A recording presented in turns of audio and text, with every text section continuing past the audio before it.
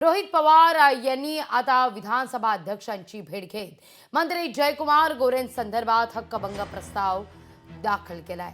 गोरेंनी अधिवेशनादरम्यान सभागृहाला खोटी माहिती दिल्याचा आरोप ते करतायत।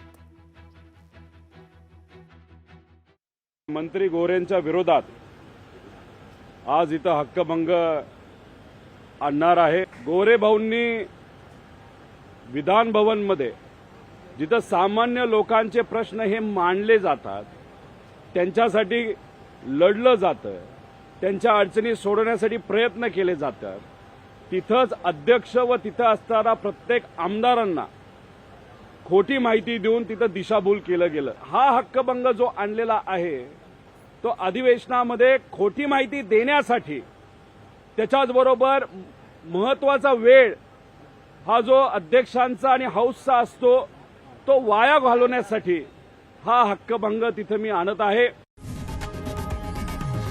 लोकशाही मराठी ऐका, पहा, जागरूक रहा।